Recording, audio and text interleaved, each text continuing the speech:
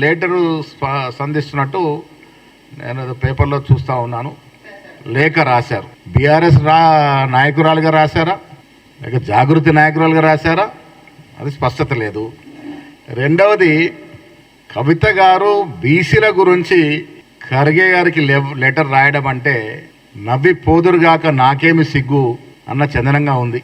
10 ఏళ్ళు అధికారులు ఉన్నారు. ఏ ఒక్క బీసీకి ఏం ఎలగబెట్టారమ్మా మీరు? స్థానిక సంస్థల్లో ఉన్నటువంటి రిజర్వేషన్ని 21% తగ్గించింది మీరు, మీ నాయన కాదా?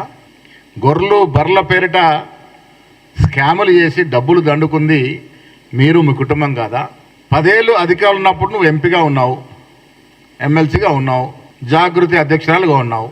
మీ ద్వారా నేను వారిని అడుగుతాను, ఒక్క ప్రెస్ కట్టింగ్ కానీ ఒక వీడియో కానీ చూపించగలుగుతారా? ఆవిడ బీసీల గురించి మాట్లాడినట్టు మాట మీ ద్వారా వారికి ఛాలెంజ్ చేస్తా. ఒక్క ప్రెస్ క్లిప్పింగ్ ఆనాడు ఆవిడ కవిత గారు ఎంపీగా, జాగృతి అధ్యక్షురాలుగా, తర్వాత ఎమ్మెల్సీగా ఉండి బీసీల గురించి ఏదైనా ఒక మాట మాట్లాడినారా మీరు? ఇవాళ బీసీల గురించి రాజకీయ శూన్యంలో ఉన్నటువంటి కవిత గారు వారి మనుగడ కోసము, వారి అన్నతో ఉన్న ఆస్తి తగాదా నుంచి బయటపడేందుకు, ఆ ఆస్తి పంపకాలు వాటా తెగక ఆవిడ ఉనికి కాపాడుకోవడానికి బీసీలు జపమెత్తుకుంది తప్ప ఆవిడ బీసీల కోసం చేసిందేమీ లేదు. ఆవిడ గారికి బీసీల గురించి మాట్లాడే అర్హత లేదు. ఇలా కాంగ్రెస్ పార్టీ గురించి ఆవిడ బీసీల విషయం మాట్లాడితే, yes we are the champions, SC ST BC మైనారిటీకి Congress పార్టీయే అండా. ఎందుకు చెప్తా ఉన్నానే మాట? ఎన్నికలకు ముందు మేము మాట ఇచ్చినాం. కామారెడ్డిలో డిక్లరేషన్ నేనే ప్రవేశపెట్టినాను. 42% రిజర్వేషన్ స్థానిక సంస్థలు ఇస్తామని ఇచ్చిన మాట, దానికి అదనంగా అధికారంలోకి వచ్చిన తర్వాత స్థానిక సంస్థలకి 40% రిజర్వేషన్ కాకుండా విద్యా ఉపాధిలో కూడా చట్టం తీసుకొచ్చినాము. ఇది మా ఘనత. ఈ రాష్ట్రంలో రాహుల్ గాంధీ గారి యొక్క ఆకాంక్ష, రాహుల్ గాంధీ గారు తీసుకున్న నినాదాన్ని పరిపూర్ణంగా రేవంత్ రెడ్డి గారు పూర్తి చేశారు. కుల సర్వే చేశాము.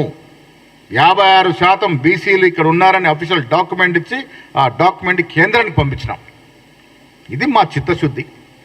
ఆవిడ వాళ్ళు అంటా ఉంది, నేను బీసీల కోసం ఉద్యమం చేసినాను. మీకు ఎవరైనా గుర్తుందా? ఆవిడ ఎక్కడుంది? మేము బీసీ చట్టం చేసినప్పుడు, రాష్ట్రంలో బిల్లులు చేసినప్పుడు ఎక్కడుంది ఆవిడ? ఏమైనా ఐడియా ఉందా మీకు? ఎక్కడుంది ఆవిడ? ఎక్కర్ రాణి గారు జైల్లో ఊకలు లెక్క పెడతా కూర్చుంది. మేము కాంగ్రెస్ పార్టీ బీసీల కోసం వాగ్దానం చేసిన రోజున, మేము కాంగ్రెస్ పార్టీ బీసీల కోసం డ్రాఫ్ట్లు చేసి రిజల్యూషన్ చేసిన రోజున ఉద్యమం చేసి, ఎక్కడ ఉద్యమం చేసింది? జైల్లో చేసిందా? బీసీల కోసం తప్పించి ఉద్యమం చేసింది ఏ జైల్లో చేసిందో నాకు అర్థం అవట్లేదు. ఎక్కడ చేసావమ్మా నువ్వు ఉద్యమం? అసలు టీఆర్ఎస్ నాయకులకు కానీ మీకు కానీ బీసీల గురించి మాట్లాడే అర్హత, హక్కు లేదు. ఎందుకంటే 10 ఏళ్ళు మీరు బీసీలు అడుగడును ముంచారు. ఎంతమంది బీసీ నిరుద్యోగులు ప్రాణాలు అర్పించినారు, ఉద్యోగాలు రాక చనిపోయినారు.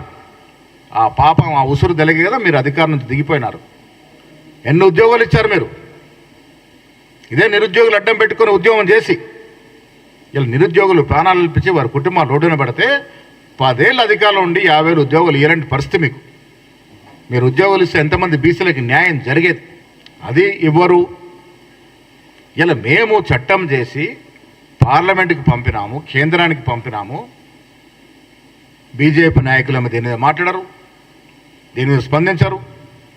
కవిత గారు కొత్త అవతారం ఎత్తుకొని ఆవిడేదో బీసీల కోసం చేసినట్టుగా ఉద్యమాలు చేసిందట. ఎక్కడ చేసిందో నాకు అర్థమవుతలేదు. అంటే ఒక మహిళ ఉండి మొత్తం రాష్ట్రంలో 2014 నుంచి 2018 వరకు క్యాబినెట్లో ఒక మహిళ లేకుంటే ఆనాడు మాట్లాడే చాతకాని నువ్వు ఒక సాటి మహిళల గురించి ఎప్పుడైనా గలమెత్తినవా? ఇవాళ బీసీల గురించి, మహిళల గురించి, ఆమె కొత్త ఆవిడ దుకాణం జాగృతి నడుపుకోవడానికి కోసం ఏదో బీసీల గురించి మాట్లాడదంటే నమ్మే పరిస్థితి రాష్ట్రంలో బీసీలు లేరు.